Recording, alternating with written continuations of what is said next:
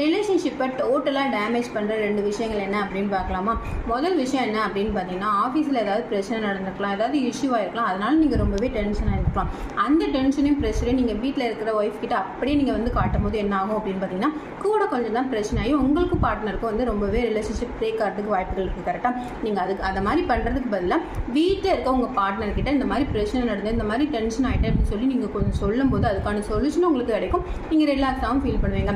ஆஃபீஸில் என்ன நடந்துன்னே தெரியாத உங்கள் ஒய்ஃப் கிட்ட இந்த மாதிரி பிரச்சனைகளும் டென்ஷன் நீங்கள் வந்து காட்டும்போது கண்டிப்பாக அது ரிலேஷன்ஷிப்பில் ரொம்பவே பிரேக்கப் ஆகிறதுக்கான வாய்ப்புகள் இருக்கும். அதனால் ஆஃபீஸ் டென்ஷனை ஆஃபீஸ்லேயே விட்டுட்டு வந்துடுங்க.